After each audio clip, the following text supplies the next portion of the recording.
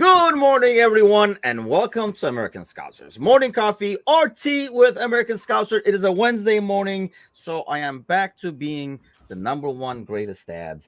Number two is not here. He actually has an actual meeting. How karma fucking strikes. Right. After telling the wifey that he had a meeting at 9 a.m. every morning, giving the illusion that it was like a work meeting, he now actually has a work meeting. So what goes around comes around. But John is here, who just freaking found out how to say my name. Your surname, Tim. Come on. Oh, the surname. So you knew the name, you didn't know the surname. Yeah, I knew your surname. I just didn't know how to pronounce it, so I didn't want to pronounce it. I didn't want to butcher it, man. You might take me off the channel. Oh, John, let's hear it.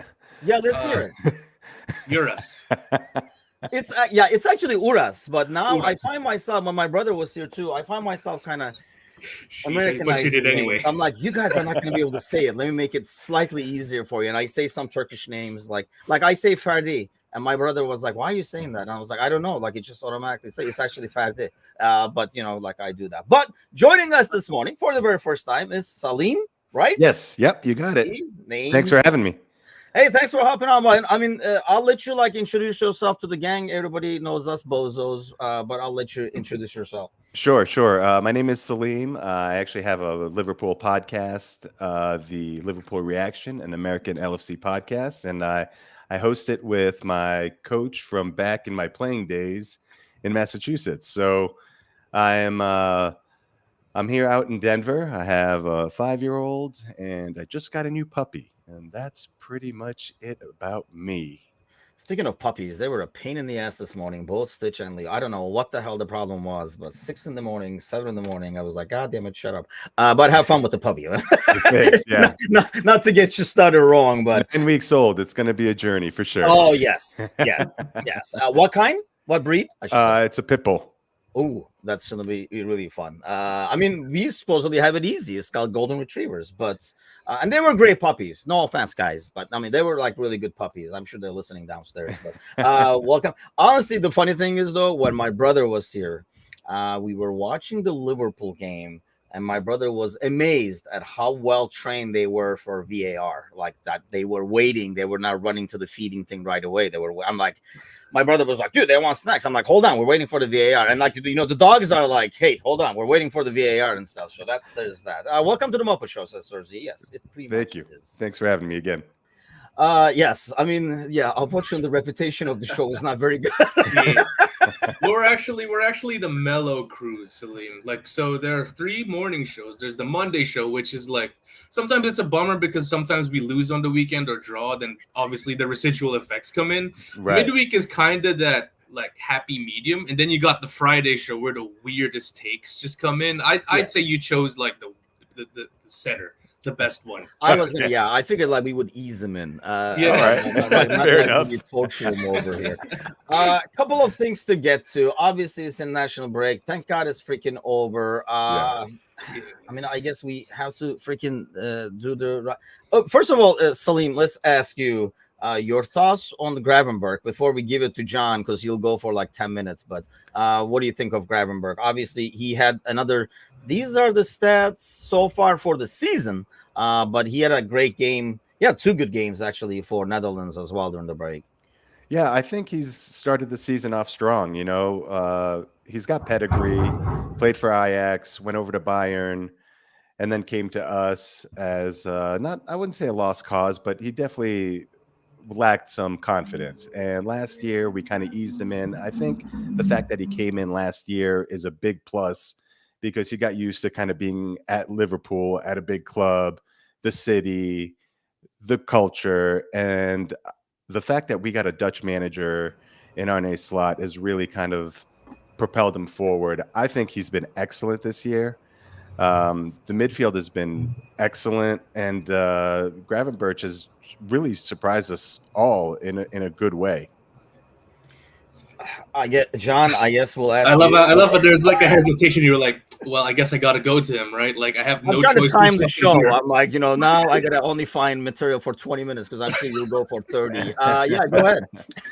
Yeah, more of the same, right? More of the same. And for the record, Salim been here since day one. Like Gravenberch hasn't been exactly the most popular player here on the channel, especially last year. And you know what? Last year it was warranted to an extent. After a great start, kind of fell off. Didn't look too well, too disciplined positionally, too disciplined offensively.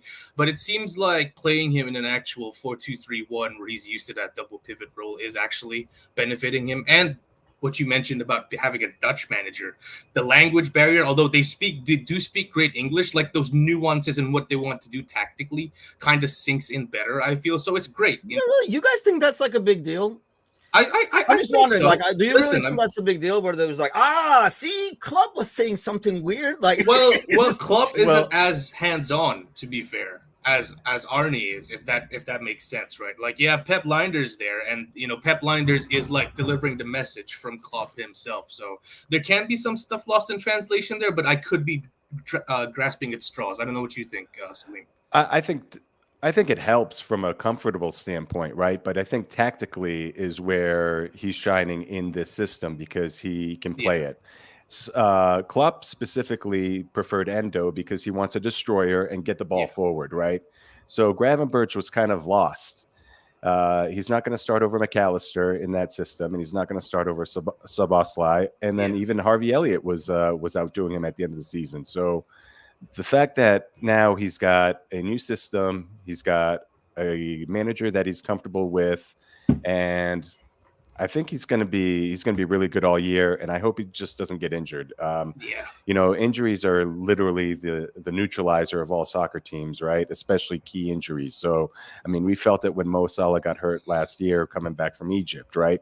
So I'm very confident in Gravenberch. I think he's showed it in the first 3 games, but I cannot wait till we really get into the thick of things, with Chelsea and Man City and Arsenal. Like, that's really going to show it. Right now, we got a nice, easy start, a great start for Slot 2, just to kind of ease him into the Premier League. I'm very happy with his tactics. I'm very happy with where we are right now.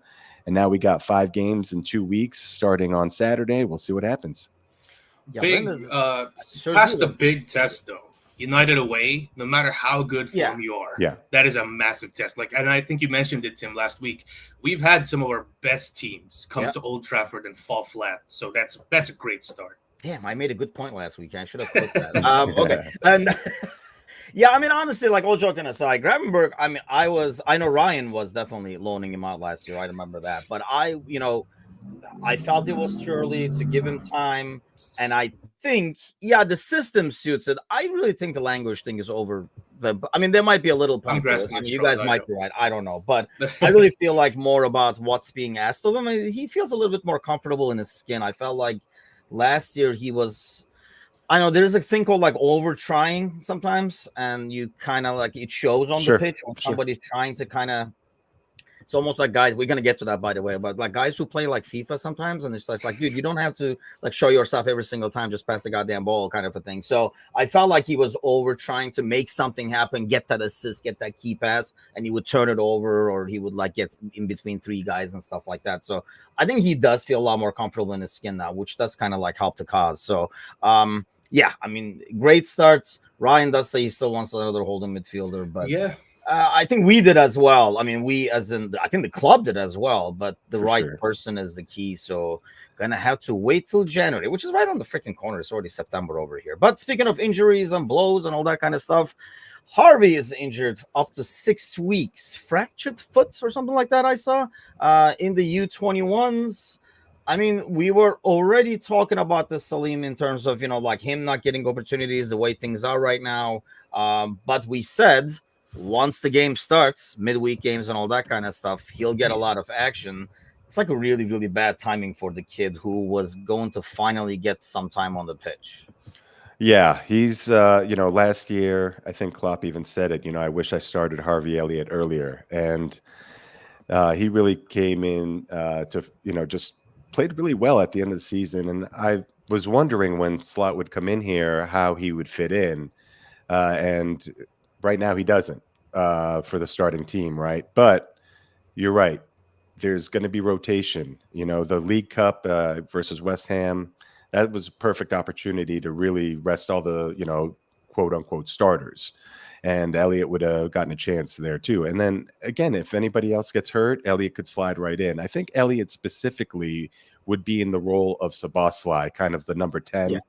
So that would be his spot. And it's a shame because he's a good kid. He, he works hard. He's got talent. He's homegrown. There's a lot of great things to like about him, and it's a shame. Yeah, I mean, this kind of starts to concern already, John. We were talking about this, I think, last week. Like the midfield depth and stuff like that. I think Sergi was saying not only is injured, Jonas in limbo. Gravenberg say I'm more worried about like when we rotate, who's going to slot and where, because like Salim is saying, we kind of figured Elliott goes there. That was taken care of. We were more worried about the double pivot. Mm-hmm. Now, what do you do? What does John do? What do I do? I feel like there can be questions about there can be the option of moving Salah to the 10 can be genuinely entertained if needed. Because I feel like if we have to rotate Szoboszlai, obviously his direct replacement was probably Harvey over there at the 10. So if we're gonna be replacing him, I think Salah, given his improvement from a playmaking standpoint, can do that role. I don't know if he can do it really well. I know he can do it, like give a 6 out of 10, but then we're losing a lot of his best traits, which is when he's on the touchline, providing an option there for Trent. So unfortunately, it's something that we have to entertain because we're not necessarily like the deepest team across the board. Thankfully, though, like the silver lining is, I mean, obviously it's freaking gutting that Harvey's gone, right? But it's in a position where we're kind of healthy, like that front four-ish, right? We just got Chiesa in, Szoboszlai's playing that 10. Diaz can play either wing, Nunez can play on the left, Jota can play on the left as well. So we're relatively healthy there, but it's still a blow considering like he was one of the players who ended last season really well on form alongside Kwanzaa, and it just didn't work out for preseason with him and Arne, and like Salim mentioned, it was going to be his chance, right? And it just couldn't have come at a worse time for him. But this is where I feel like we're going to see Chiesa shine. Sorry, that kind of it's the morning. The CHs, man, it got confused there, but yeah. Well, the cops are coming for you in the background, but let me mute that. After that, the cops are coming for you. I think the only thing I worry about with like going forward, you can throw Mo in there. I feel like you can throw Gakpo in there. What I worry about, Salim, is, I mean, one thing that does not get seen over the last few weeks, and I think there were a lot of stats out there, so I guess the stat people are seeing it, but the amount of running that Szoboszlai actually does and the defensive work he does, I just don't see us getting that from Mo. I don't even know if we get that from Gakpo. So who do you put there instead? Because like you can put Curtis there, who can kind of do the role, but we were kind of thinking Curtis would be part of the double pivot, if anything. So that kind of leaves you even more short on the behind. Well, I think the move, assuming Curtis Jones's high ankle sprain is on the mend and kind of able to play, maybe not the weekend, maybe against AC Milan on Tuesday, but I think the move is to move McAllister up and move Jones back, because McAllister as a number 10 is a talent. I mean, we all know he's world class, right? I mean, he's a fantastic player, the touch, he's a cerebral type of player, and I think having him behind Jota, Salah, and Diaz, I mean, that's deadly, that's lethal, and I think that's the move. Actually, that's kind of like I'm sold on that. But I guess the issue is then we're going to trot out McAllister out there like 24/7. And that's what I worry about. I mean, we were talking about like rotation and what we would do. So he says, do you think Chiesa can play in midfield and play this? I don't know. I personally don't know enough about him to know if he can do the defensive work. I think we have a lot of guys who can do the offensive work. I mean, you can drop.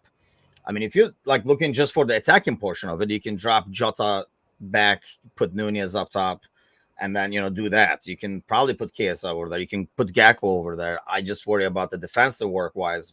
How many of these guys will have that defensive discipline? Even Gakpo, I question him tracking back, because he does a lot of tracking back. There were a couple of highlights from last week in that game against United where, I mean, he's losing the ball, and then like on the other side of the pitch, he's coming back and winning the ball and stuff like that. So for sure, I think that's something that's not getting seen in this game. Everybody's still like in love with the shot and moves and stuff like that, but I think he's morphed into I almost feel like last year he was playing more like a winger playing midfield. This year Mhm. he's playing more like a midfielder playing midfield. So he's doing the dirty work that goes with it. So, but the Harvey thing is, yeah, that is kind of like unfortunate because this was going to be his chance to kind of like get more minutes for sure. A couple of other things to get to over here. Well, let's get to this. So, Salim, are you a FIFA player? Are you a FIFA guy? I am not. So What? I know. Video games, unfortunately, have exited my life because I have a 5-year-old. I have a family. I have a lot of things going on in my life, and I watch a lot of soccer. I watch a lot of NFL football. If I started playing video games, my wife would kick me right out of the house. So I have enough hobbies. I golf. So if I sprinkle in video games, I'm gone. Yeah, so the late night video games, you got to push it to the late night. I'm assuming you're a Broncos guy. I was raised right outside of Boston, so I'm a Patriots guy. But more importantly, I just love the NFL, and a wager here and there never hurts anybody, So Odegaard is out for 3 weeks. That's I know massive. I saw Ake out there being carted off in yesterday's game. So that looked bad. That looked at least a month, kind of an ordeal, maybe a lot more. I haven't seen anything new on that. Actually, I thought Odegaard was going to be longer. I know we have another international break coming in 5 weeks, I think, from now. So yeah, mid-October. yeah, it's just a matter of getting to that. But no, FIFA ratings are out, people. And I have already. So if you were a kid out there thinking, you know what, I'm safe, he's getting older, 25, he's not going to be out there. Well, think again, kids. I will be out there kicking some butts, including John's butt. John, did you see these ratings, and how do you like them apples? I think, well, first off, in this graphic, I think Salah's rated a bit too high. He had a great season last year by human standards, but by Salah standards, it was a bit subpar, right? We're expecting a bit more from him, so I think he's rated. Maybe drop him a point there, maybe 88. Really? I feel yeah, I would say so. But 88 is still a pretty decent rating, man. FIFA's a bit, they're a bit harsh on their ratings. My boy Gravenberg, 78, it's a bit too harsh. But I was gonna keep paging, but this is as far as they only went to 83 on their post. So there's that. I think Trent's rated too low as well. I feel like last year pretty much showcased how good he is at his all-around game. There's obviously this stuff defensively, and we know it's, it can get bad, but it's not nearly half as bad as some rival fans make it out to be. So I feel like he could be given a point or two there, probably an 87 or 88, I would feel. Especially this year, he started off well again, and obviously those performances from England. I think there was a stat where I think he's created and he's assisted more over that 2-game stretch than Kyle Walker, Kieran Trippier did over a 4-year span, which is insane. Who knows what a positive manager can do to this England squad. So yeah, those are my only 2 gripes about it. I think most of them except for Trent, Salah, and probably Gravenberg are spot on. Yeah, I mean, the problem is, Salah should be in the low 90s. See, what EA does, this whole thing is fun for the first month or two, people, and then it just gets obnoxious. I basically walk away from it after a couple of months of doing Ultimate Team because it just becomes, they keep releasing new cards so that people out there spend money on packs, which I refuse to do. So they already charge an arm and a leg for the game, so I'm not spending more. But so if they do 90s, then you're not going to buy the pack. So next week, after most scores, there'll be a 91 more Team of the Week thing released so that you'll try to get that out of the packs. I mean, right now, I had not played it until my brother and nephew were visiting, so we kind of opened up the Ultimate Team Pandora's box over there. And then the team, I mean, every pack you open now, there's somebody coming out 94, 95. I think that, they made a team over there that's all 97, 98. It becomes obnoxious where everybody's speed is 98, 99 and stuff like that. The only thing I do not like about this is I don't think we have never played each other, John. We really should. But the only thing I worry about is the right back and the left back. The speed is really low. Kind of cramps my style, having slower backs. But when are we going to do this? We should play. Why not? You can push him over to the double pivot if you feel like he's you would put him. We should put you. You would put him in midfield. I'm sure you would take Trent, put his ass in midfield. Listen. In terms of viability, I don't know, man. Having Gomez cover that, like, and his recovery pace as a right back, it's pretty viable. Like, if you're playing a basketball game, right, against an opponent who loves transitions, I would say Gomez is a much more viable option. I don't know. So when was the last time you played FIFA, Salim? When Oh, man. Before the kid? Way before the kid? Yeah, I would say probably 10 years ago. Yeah. Oh, really? Yeah, it's been a while. Yeah. You know what's funny is I have a Nintendo 64 on the TV back there with Nice. GoldenEye and Mario Kart. Oh, So I'll break nice. those out every now and again. But that's about Old it. school, man. Old school. Yeah. Hey, there's something about the older school games, man. Like, I don't know if I've mentioned this, but I've burned through 3 DualSense controllers during my time ever since I got the PS5, and throughout my time as a PS3, PS4, PS2 player, I've only burned through like 1 controller total. What do you mean burn through? What are you doing to these things? It's broken. It's stick drift, malfunctioning buttons, man. They don't make them like they used to, is the point that I'm trying to say. Right. When you brought right. up N64. I mean, if you're using it like a caveman, yeah. I mean, Dude, like, I mean, it's not working. it's the same volume of games that I played in generations past. I would argue I have less time now, and these things are just breaking down on me sooner rather than later. I don't know, man. Like, really, I've gotten lucky. I've had like mine forever with no issues. And I know I do a lot more gaming than probably everybody on this channel combined, unfortunately. But yeah, it's hopefully this year we will do a proper tournament for FIFA and everybody can join in. Last year, Salim, everybody was running out for some. Everybody was disappearing. Nobody was ever online for some reason. Yes, I don't know what. Yeah, I think Ryan is right. I don't know what John is doing to those buttons. That's just like freaking scary. But yeah, I mean they've been lasting. But yeah, gaming is like a. I already like put the thing down, already pre-ordered it and stuff like that, and it should be. Yeah, so. Did Facebook take bang and exclamation point for you, Ryan? Because I was expecting something totally different with that exclamation point. Right. You got the gist of it though. So yes, so those rankings are out. I'm sure there's a lot of outrage. I didn't even read the comments because I'm sure everybody goes crazy and really nitpick. And his speed should have been 83, not 81. And like they're measuring it, but that should be out and about. So we're back. Everybody's back in action. We're going to go to McAllister, by the way, was held back yesterday. So I take that as a good sign, hopefully, Mhm. so that he can play the weekend. Because I know if he wasn't, he probably was not making the weekend. But Salim, I'll start with you. Going into this weekend, now knowing like the international game schedule, because we were worried when they would get back and all that kind of stuff. Do you expect the same starting 11 to be trotted back out there, or because of the Milan game, are they going to make it? I think, I think the guys coming over from South America, those are the worries, right? I mean, it's a long trip. So Diaz, Darwin, McAllister. But, Darwin hasn't played. So I think we might be able to see Darwin this weekend. I think Chiesa also will probably show up this weekend.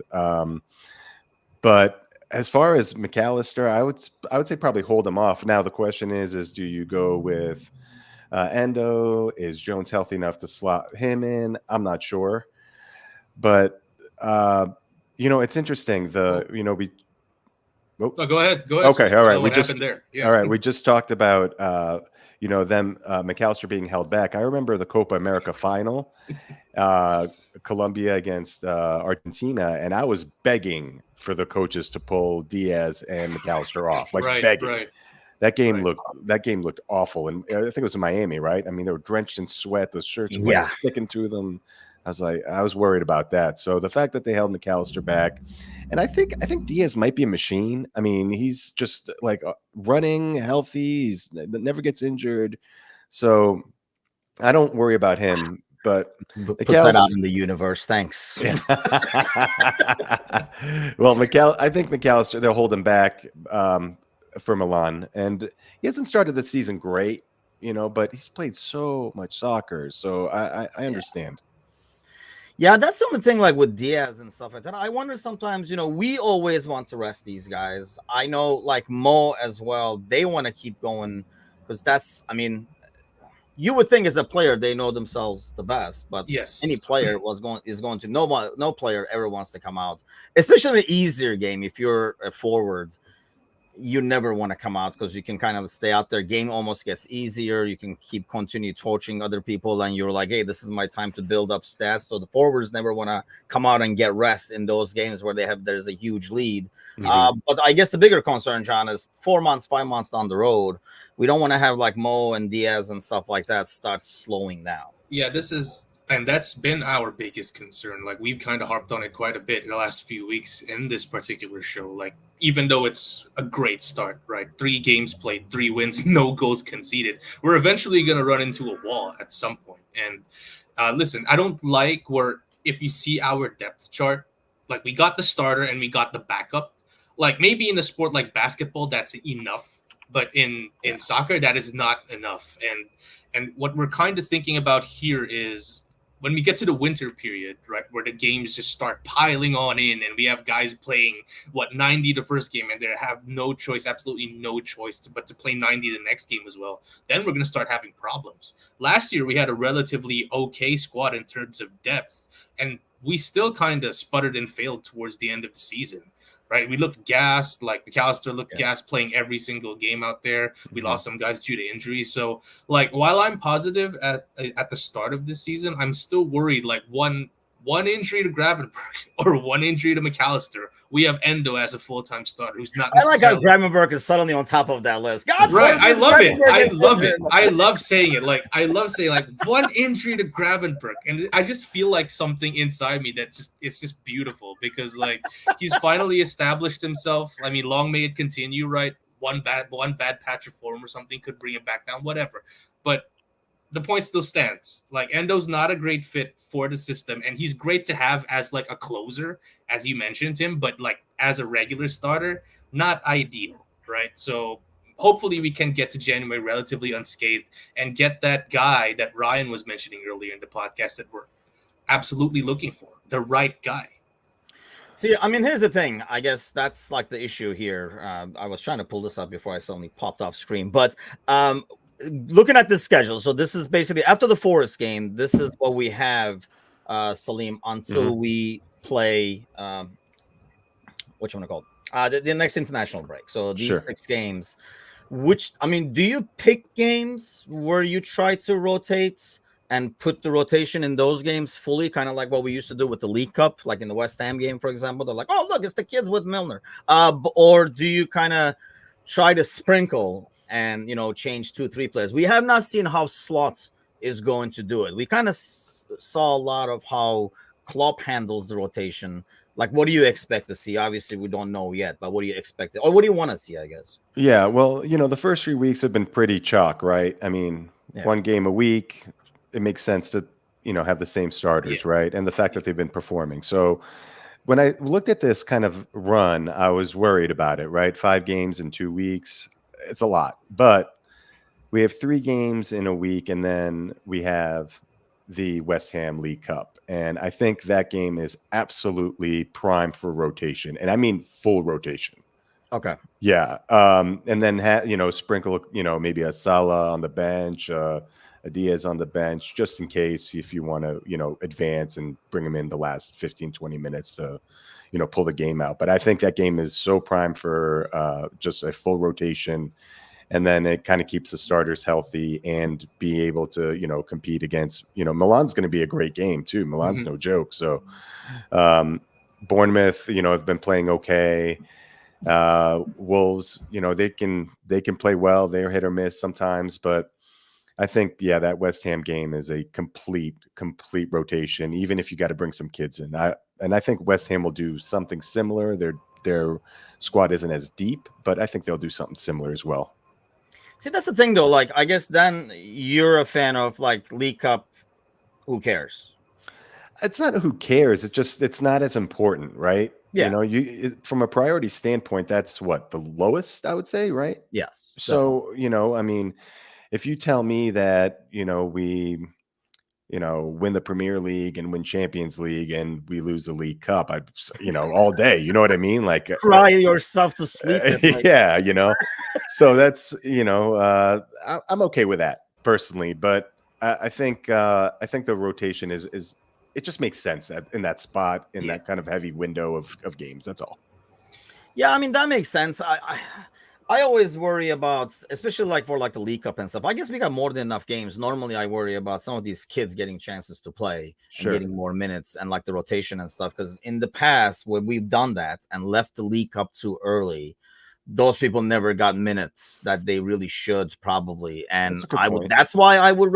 I feel like the squad is deeper now. If everybody's healthy, John, where you can do that sprinkling that we were talking about and Salim was mentioning a bit more. So you can have 4 or 5 senior guys with some youth to give yourself a chance. Because West Ham, as much as they rotate, I feel like that's what they would do because they don't have other races to run. So this is one of their main races to run. So they would still want to go out there and put themselves in like a give themselves a good chance to win. Yeah, I feel like while we can rotate, there also has to be like an adequate level of respect. It helps that we're at Anfield. It helps massively that we're at Anfield. I remember our tie against them last year against the League Cup. Everyone was like, "Oh, we're gonna struggle. Like it's West Ham, David Moyes, park the bus, and all that." It's a different manager now, of course, but then they're still a tough outfit. Anfield really helped. I think we smashed them 5-0 or something. So yeah. So it's something about the home field. If we do bring out some kids in there, like the fact that we got fans cheering them on is going to be massive. In terms of like the sprinkling in of rotation, I'd actually switch out a few names this weekend already because I'd want kind of our best team in the Champions League to start it off. Away at Milan is actually quite difficult. I know they haven't started the season extremely well, but playing against that Milan crowd, Raka's home crowd, first game of the Champions League is going to be a tough ask. So if you're going to ask me right now what I would change from that best lineup that we saw the first 3 games, I'd probably, Jota is injury prone, so I'm not really going to be taking any chances with him. I'd start Nunez up top. Diaz, as Salim mentioned, played quite a bit of football over the last few months. So I think it's about time we have Gakpo on that left wing there. Kwanzaa, I think, can actually come in this weekend against the Forest. We probably have like 70% of the ball anyway, and he's despite the benching against Ipswich at the start of the season, still played pretty well in the England U21s, right? So it's he was like the man of the match or something, right? Man of the match. So perfect time to bring him back, and then we could maybe give McAllister a break, put Jones in there, so we can have a near close like 95% strength squad going away to Milan, which is always going to be a tough fixture, I would say. Okay, Salim, welcome to the show where I play the devil's advocates. Like no worries. I like doing that too sometimes. So while I get that, can't you Milan, tough away game, and I agree, like San Siro is never an easy place to go to and stuff like that. But can't you also argue that while West Ham game is one game and there is no way to make up for it, Champions League game, you can say, you know what, we'll rotate on this. We'll see what happens against Milan because there's 7 other games or whatever to make up. Whereas the West Ham game, it's one game. There's no make up for it. So you got to make sure you put out a starting 11 that's going to have a chance to win. And you can afford to rotate more maybe in the Champions League. That would hold water if Champions League and the League Cup were on the same level. Okay. They're just not, though, right? I mean, if you say what game do you want to perform in, it's going to be the Champions League game. I understand your thoughts saying, hey, it's 1 of 8. Is it a throwaway? But Champions League is a tournament that is like best of the best always. So we have Real Madrid, we got Bayer Leverkusen. It's not like these teams are cupcakes at all. Real Madrid gives us fits all the time. They're the boogeyman. I mean, so we want to make sure that we bank points when we can. And although AC Milan is tough, I think that is a winnable game. Yeah. So I think we have to really make sure that we get that game. And if it's at the expense of the League Cup, I'm for it. How about you, John? Yeah, 100%. I would be fine with losing the League Cup, even if we don't win the Champions League, but give a respectable run, like maybe semi-final or something. I'd be content. First season of your manager coming in inherits a pretty good squad, admittedly. Yeah. But then still, it's his first season, right? Gets them to the semifinals of the Champions League or even final, I dare say. That's a success in my book, even if we don't win it. Okay. What are your thoughts? I know what you guys are saying. I guess my thing is I look at that schedule, and this is what I'm hoping Slot will approach it like, where we don't throw any of them fully away. especially Do we have the now, luxury, Tim, squad wise, to not like look like we're throwing something away? I Because think you're remember, deep enough to be able to do that. You can throw Connor out there. I don't think it's a huge drop off. He's no Trent, going forward, Right, but he's a right. solid right back. I guess the center of the pitch is the only concern because you can Right. put your second front three in, yeah, and for sure. you can have Chiesa, Gakpo, and Nunez, and not too freaking shabby. So, Sure. and goes with this, or is he, let's say, winning builds momentum. I get that as well. I don't know. I'm a bigger fan of kind of like semi-rotating and not solely throwing any of these away. Like I say, because in the past that has hurt us getting out of the League Cup early. I know everybody, when we keep going, everybody's happy. When we get out, it's like the Charity Shield. Like when you win it, it's like a huge trophy. When you don't win it, like you don't even know when it's being played. You find out the day after and stuff. So yeah, the League Cup is kind of in that sense. But sometimes a season ends and you're holding one trophy and it's the League Cup, and we're like, hey, at least we got something out of the season. Yeah. So, I mean, I don't think that should be the goal this season by any means. I really feel like, we have a shot at it. Maybe we're kind of jumping the gun after first 3 weeks or whatever. But ultimately, I think, you have a squad where if it's managed well, and that's what I want to see. And this is probably where we're going to really get a test of Slot, Salim, in terms of like how he rotates. And more importantly, when he rotates, do we play the same way, as efficiently, I should say?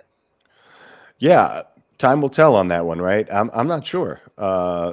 We've already seen, the little adjustments, right?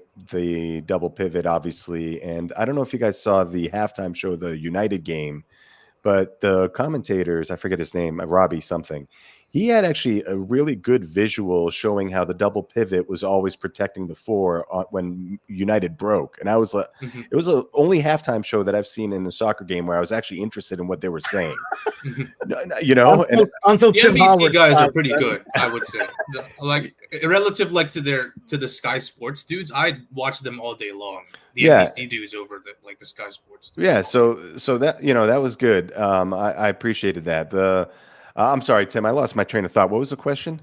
Like slots. I mean, is this like the rotation? Yeah.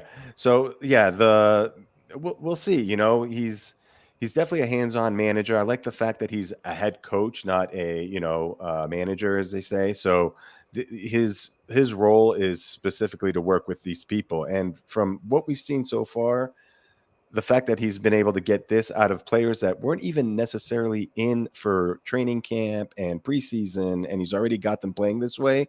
Now I'm curious of the guys that were in training camp and, the preseason. Are they a little bit further along tactically? So we'll see. And I guess the biggest concern when we rotate, John, like I mentioned midfield just because of the number of bodies, but in terms of being able to play the style, does it change for you, or does it do you worry if the front can't press the same way and all that kind of stuff, or is it midfield again that's the concern? Front a little bit. Obviously, there's a great connection between the front four now. The Szoboszlai, the Salah, Jota, Diaz. There's a great chemistry between, and you can see that with the interplays. First of all, I'd love Darwin Nunez to stay on side if he's going to come in, right? He has a great connection with Gakpo, though, to be fair. So that's probably going to work well between the two of them. And I'd love to see Gakpo actually playing in his favorite left wing position. It's just funny because we actually saw Gakpo as that de facto left winger to start the season, but Luis Diaz came in, made us eat our words. So, great. It's better for the team that way that you got two competent players there on that side. And on that note of competence, Gakpo probably disagrees, but go ahead. Right, exactly. Endo is my biggest worry because obviously, like for like replacement, Jones, Endo. Jones, obviously, he didn't. There were some points at the preseason where he looked a little shaky, but then I can, kind of put that down to just getting accustomed to a new system, rustiness somewhat. But if we're talking about being a ball carrier, being calm under the ball, calm under pressure, passing the ball around, finding the right option, he proved last year that he's finally matured. So despite this, minimal setback, I'm kind of expecting him to kind of come back in and then, just pick up where he left off. It's Endo that I'm particularly, worried about because he's never been like that tiki-taka midfielder. He's been that destroyer, as Salim said, where, his role there is to disrupt any attackers and then just spray it out to someone who's better with the ball, right? Yeah. He's not gonna take it himself or anything like that. So and he is a great professional, great player. It's just a bad fit, right? Sometimes it just doesn't work out, and that's thanks gonna for be clipping that. By the way, there was somebody talking crap about that clip that when I talked about Endo this morning. Right, I think right. it came out 2 months ago, and it's like, because I think we saw it in the preseason that it's just not a good fit in terms of what we want out of this position. Endo would be a better fit and is a better fit in Klopp's system because he's more Fabinho-like. I mean, I would argue, I don't know if Fabinho fits in this system, to be honest with you. I mean, would not be as effective, I think. So we want something totally different out of the CDMs. We just don't want like a regular old school CDM. That's with going to be like on that note, Tim. With Klopp's best midfield, right? Let's say his best midfielders were Fabinho, Thiago, Henderson, Wijnaldum, right? And this goes for you as well, Salim. Who does Slot start amongst those four? I'm assuming Thiago's the one if he's healthy, right? Because he's just a hand and glove fit with the system. So who's partnering him in that double pivot? Just hypothetically. I think Henderson. Henderson. Yeah, well, Fabinho. I think Fabinho and Henderson are in the double pivot, and then I would say Wijnaldum probably rolling as a number 10. Who was the other midfielder you mentioned? Thiago. Maybe Thiago. Yeah, 10. Thiago. Yeah, I love Thiago. I think when you watch highlights of him, I mean, he is masterful. It's really a shame that he was just banged up when he was here because I mean, he was such a different option for that team, a different style, different skill level. It was really nice. I know if it was like, I wish he kind of stayed in some way. Right. The funny thing is he would not be available. I mean, even if it was available here and there, it would be, I honestly think he would probably do Thiago Hendo. And I think so too. Wijnaldum up top. I think so too. Like playing the Szoboszlai role. Because I really don't think, I mean, I love Fabinho, but I don't think he fits the system either because he's kind of like a more of a traditional defensive midfielder, not like a double pivot kind of guy, which we did try to do it. When like Trent was coming in more inverted and almost like a midfielder and stuff like that, and you could tell he was not comfortable with that whenever we tried that. So I think here's another thing: like a defensive midfielder, if you're a single guy, you kind of like know your thing. It's a totally different shift when you're playing with double because your whole spacing and everything totally changes and your responsibility changes, and it's like a huge adjustment that it's not like, oh, I have another CDM next to me kind of a thing. It just, I feel like it makes it harder. I knew Serzi would be wondering this. You would put Mane as CDM, double pivots, he can play anywhere. Serzi would find a way over there. Want to talk about this real quick because we can't probably brag about it enough, but we have finally kind of sent it the foundation's way. And more importantly, if you have won an item in our silent auction, those are on the way to us now from the foundation. So they'll be getting mailed out as soon as they arrive to the winners. But between the 24-hour potathon, the GoFundMe we did, and the silent auction, we were able to raise the goal of $5,000 for the 23 foundation. So that's awesome. Has been sent over. I did want to kind of like take time. I mean, can't thank him enough. We'll probably post this later in social media as well. But these are the people basically that sponsored ours during the 24-hour potathon that we did. It was quite a festivity, Salim. I don't know if you even heard of it or I did. You did? Yeah, it was quite the festivities. But yeah, so we did that 24-hour, and these were basically ones that sponsored ours. So thanks to all of them, several supporter groups, some companies, some individuals. So, and of course, more importantly, we had a lot of contributors chip in time. Even John contributed.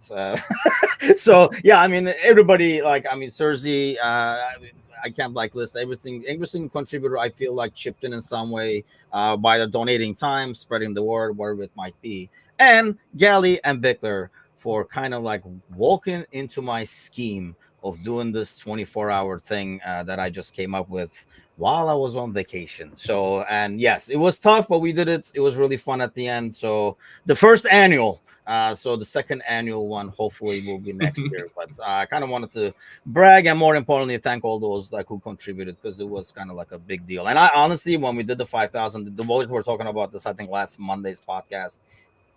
And when we did the 5,000, it was something that the foundation just mentioned because we had no idea in terms of number. And I was like, damn, that's high. but you got to set the bar high to kind of like try to achieve it. So being able to achieve it, I'm kind of like shocked in a pleasant way myself. John knows, Salim, that I set some ridiculous goals at all times. And then sometimes we reach them, sometimes we don't. But even when we don't, we get mighty close. So Yeah, BHAGs, right? Big, hairy, audacious goals. I like that. We're on track, though, Tim. We're on track, though, for this year's BHAG. yes, by the way, this year's BHAG was on YouTube at least reaching 1,000 by the end of the year, and we are at 898 right now. So do us a favor, if you're watching us live right now, if you're watching us afterwards, send a couple of invites, spread the word, grab somebody by the ear and drag him over, so we hit 900 by the end of today. Hopefully we get like 2 more people to do that. Maybe Salim can run for the next annual event for his running machine, say for like an hour. Yeah, see, Ellen is already doing some challenges out there. We had Bickler do pull-ups or push-ups. I'm sorry. So I'm not running. No way. I'm not doing it. I'd rather do 24 hours on screen than run even a mile.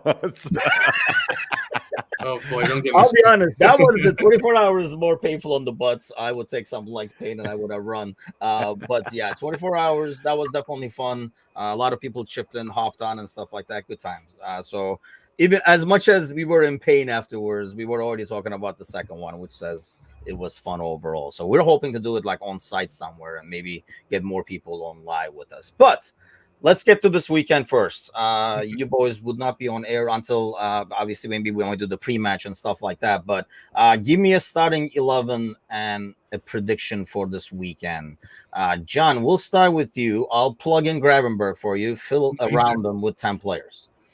Allison, Trent, Kwanzaa, Virgil. Okay. Should we start Tsimikas? No. Kind of feel bad for him. Like out of pity, I'll put That's him the in question there. that the answer always is no. Out of pity, I'll put him in there. So back 4 is.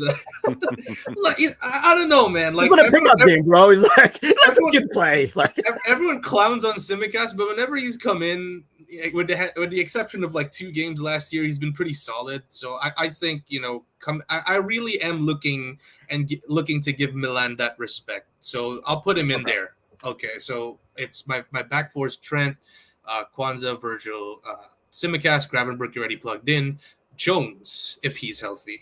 Okay. If he's not healthy, maybe McAllister for 60, Endo for the last 30. Okay. Salah right wing, Szoboszlai, Gakpo, and Darwin up top, as I said. yikes, man. I don't know. When you We say have to put him in at some point, man. I know. We have I to want to put him get hopeful, but I don't want to get my hopes up too high either. Salim, what do you have? I know. The you got Newcastle last year, right? You're like, oh my God, he's back, and yeah, I know. He's like, and he's offside again. He's offside again. Jeez. Becker, I would not go with Kwanzaa in this game. Konate didn't play at all in the international break. Oh, he didn't. Okay. Yeah, so I plug Konate in. Trent, I think you still go with Robo. The fact is right, if we're up 2-3-0, those guys are getting pulled anyway. So, and they've been getting pulled anyway. So I don't think there's really a rest period right now for them. I think they can still go to Milan and do the job there as that back 4. Gravenberch, Szoboszlai, I guess Jones, and I'd have to do a little bit more digging in my head to find another one. I don't know. Does Tyler Morton get a game? I don't know. Trenioni. Yeah, maybe. I'm super impressed with him, by the way. Yeah. And I think the front 3. I think you can go Diaz. I think you can go Diaz. And I think you can go Salah. And then I would probably keep it the same. I'd go with Jota, but I would have a quick hook on these guys. 60 minutes, you're getting hooked. Bring in the front 3, a new front 3, and sub the 2 guys in the back. And you're good to go. That would be my plan. I don't think there's really reason to tinker with it right now. I think that game against West Ham is the game where you really start to tinker. How much did Jota play, by the way, during the international break? I'm not sure. I know he played at least 1 game. I just don't know how long he played. Where is our? the thing with Jota is like, dude is like we praise him, but then everyone it's the injury, the elephant in the room that he's super injury prone is slightly catching up to him. So I just want to keep. Yeah, it looks like he played the full 90 against Scotland, but Yeah. that was Sunday, so he should be good to go because they're done, right? There's no more games. We're done with this mess. I mean, it's Wednesday already, so it can't be any more games now. But yeah, I mean, hopefully. I can see Jota starting. I'll say mine for Friday when I'm trying to break up Onan and Kazi fighting with each other. But score predictions before we head out. Salim, we'll start with you on this one.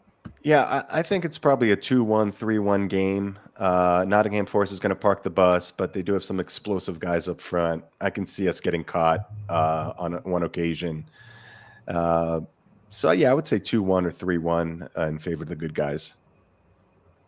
John, that's one thing that's changed for me, by the way. Now that you mentioned that I'm less afraid because of the new system of getting caught. It feels like we're a bit more prepared to get caught, because that was my Timuchin special is always 3-1, because I always gave that 1 because I think you're right. We always got caught at one point or another.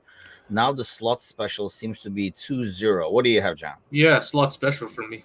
Slot special again, huh? Yeah, I feel like if looking at that schedule, right? I know Salim mentioned that we concede a goal, so he's going with not Forest as the first game we'd concede a goal.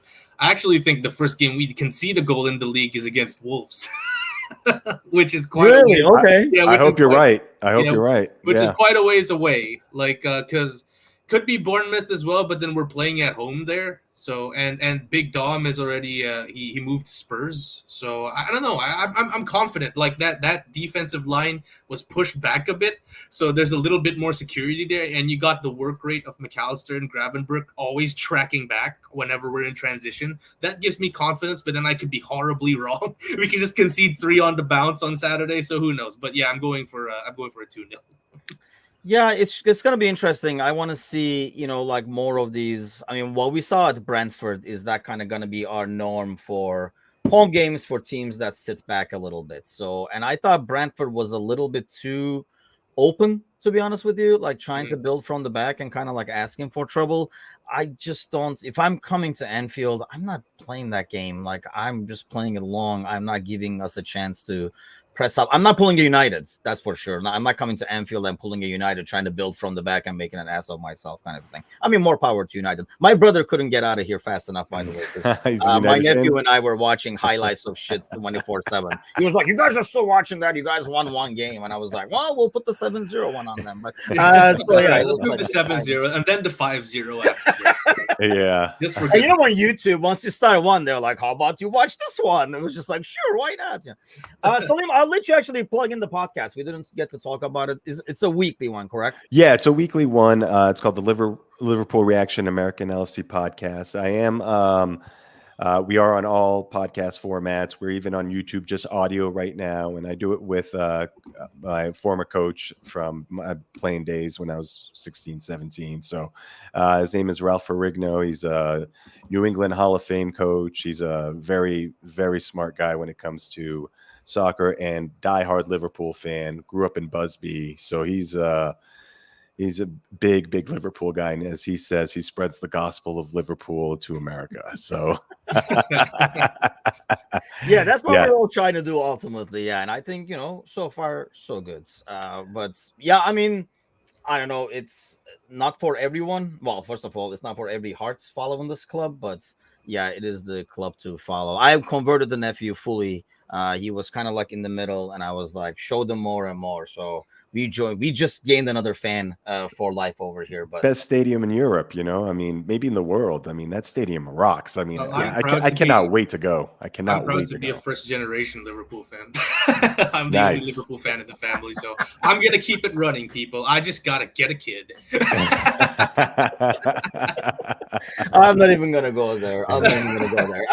Okay, well, good luck to you getting a kids. Good luck to all of you guys tuning in tomorrow night. The boys will be back, and I think the fantasy guys are back as well. But tomorrow night, 7:00 Central, 8:00 Eastern, Mecca and the gang will be here, and I will see you guys Friday morning. Until then, have a great week, everybody, and the international break is over, so back in action. Take care.